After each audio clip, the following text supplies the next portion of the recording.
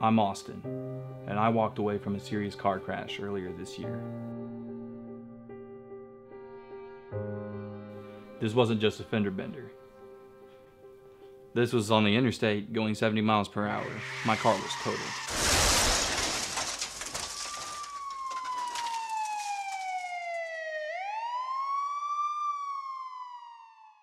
I walked away. I walked away because I had my seatbelt on.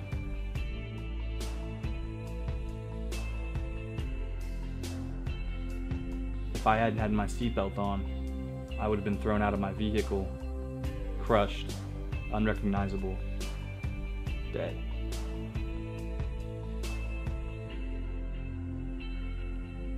I am forever grateful my parents instilled in me the importance of wearing a seatbelt. It got me to my wedding day. And now I get to come home to my beautiful wife every day.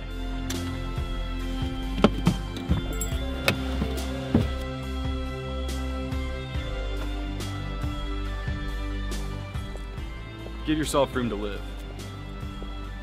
Hey, babe.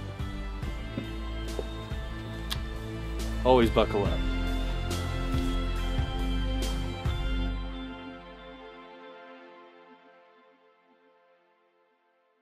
You can only cover so many fatal crashes in which grieving family members swear their loved one always wore a seatbelt before you start to wonder a couple of things. Do people actually wear seatbelts as often as they say? Or is life so cruel that the one and only time they don't wear a seatbelt is the time they roll the car? Either way, there's no undoing the fatal mistake.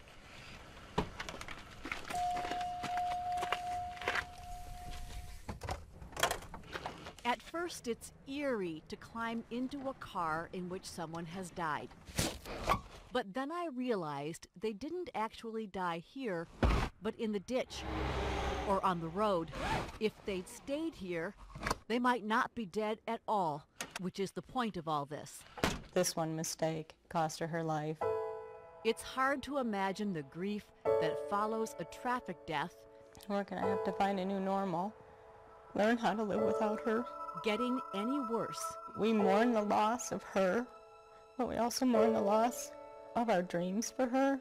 But when you see a car like Brianna Reamer's, it just adds to the list of things that you suffer through. Or like the one sitting in Don Rasmussen's tow lot.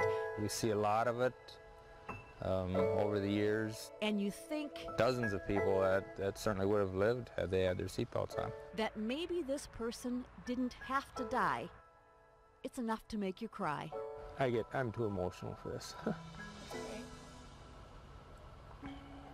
When young people die, it's harder. And he doesn't even know the people. He just tows the cars and hears the stories. Stories like this one. Richard Raines has kept his son's car. I kept it just to prove a point. His son Dylan and Dylan's girlfriend died when the car rolled and they were thrown. You can't believe it. I know he was a seatbelt person. I believe she was too. 3 months ago, the Fox 9 investigators asked the Minnesota State Patrol and every county sheriff in the state to tell us when someone was killed or seriously hurt when they were thrown from their car. And this usually meant a rollover crash. It's tumbling like a football. Football's got that end-for-end tumble. Whenever possible, I inspected each car and climbed inside. In this crash, the car did exactly what it was designed to do. It absorbed all of the impact on the outside of the car, and here on the inside, especially in the passenger area, it's largely intact. There is room at my head, room at my sides, room all around. There was room to live, if only the young girl riding here had been buckled safely in the car. What exactly does room to live mean? The way cars are designed has changed. They're built with what's called crumple zones. In any kind of crash, the front and back ends absorb the energy created by impact by compressing. In a rollover, the ends compress, the windshield often shatters, the sides of the car may bend in some, but the occupant area is supposed to hold up. Safety folks call this area the cage, and for good reason. It is remarkably strong, and if you're wearing your seatbelt, it will hold you inside. But this is what they're gearing for, is protection of the occupants. Fly out of that protective cage, and there's nothing between you and the ground. They don't get dumped in a pile right there. It says the vehicle comes back up, and they get pitched out. So they get pitched out on the high side. I have not come across a crash yet where the people would have been better off ejected. Gouge mark? The State Patrol was working this rollover crash just outside Mankato earlier this month. It appears as though the occupant was ejected due to the vault or the rollover.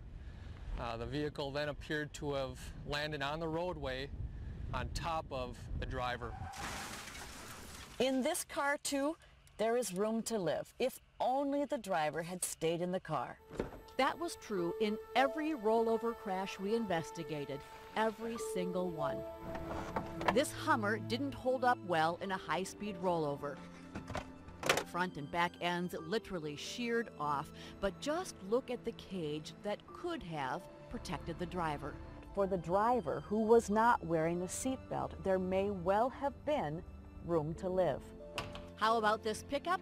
No seatbelt for the driver. He flew out the window. Look at all of this room around me.